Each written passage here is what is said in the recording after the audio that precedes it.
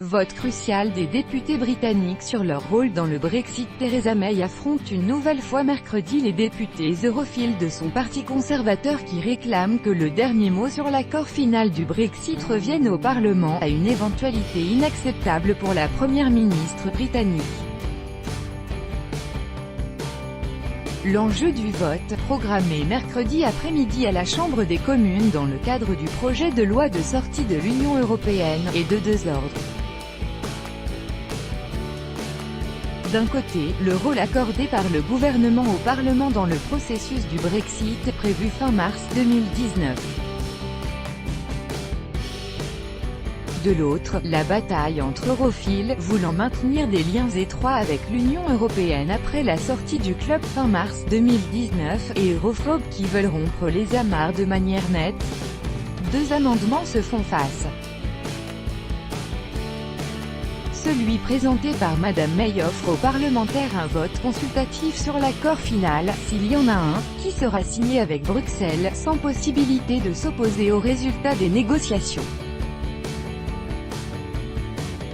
Un autre, adopté lundi soir par les Lords, chambre haute du Parlement, propose au contraire de leur accorder un droit de veto et même le pouvoir de réclamer la reprise des négociations avec leurs propres directives. Nous ne pouvons pas accepter un amendement qui permettrait au Parlement de dicter l'approche du gouvernement sur la sortie de l'UE, a rétorqué le porte-parole de Madame May.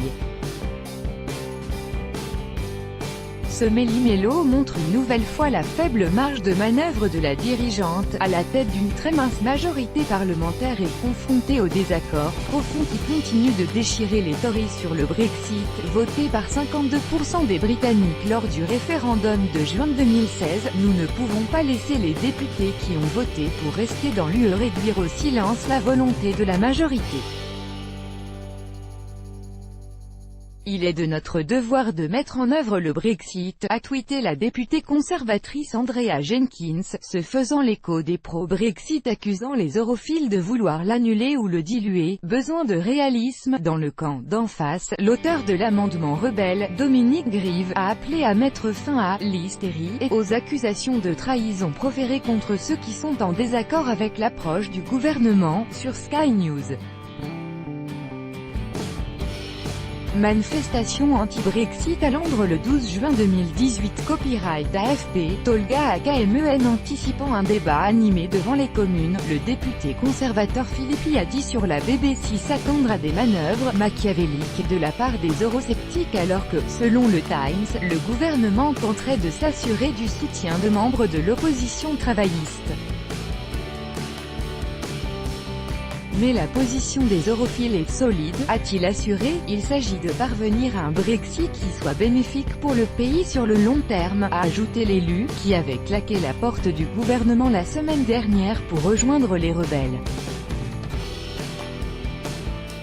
La confusion qui règne à Londres inquiète de plus en plus à Bruxelles, rendant plus qu'incertaine la conclusion d'un accord en octobre comme initialement prévu. Le sommet européen qui se réunira en fin de semaine prochaine devrait constater le peu de progrès effectués dans les négociations, Madame May ayant elle-même admis que le Brexit ne sera pas la préoccupation principale de ses partenaires, plus focalisés sur l'immigration.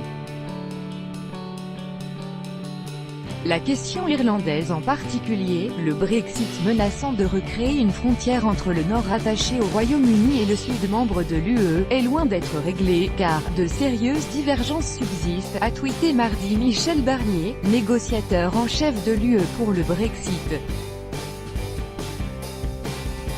Calendrier du Brexit. Copyright AFP, Gillian HANDYSIDE. Et il a retoqué les principales propositions de Londres sur la coopération en matière de sécurité, soulignant à Vienne que le Royaume-Uni ne pourrait plus continuer à participer aux réunions d'Europol, ni accéder aux bases de données de police commune ou continuer à bénéficier du système de mandat d'arrêt européen s'il continue de refuser la liberté de circulation des citoyens et le contrôle de la Cour de justice de l'Union européenne, CJUE.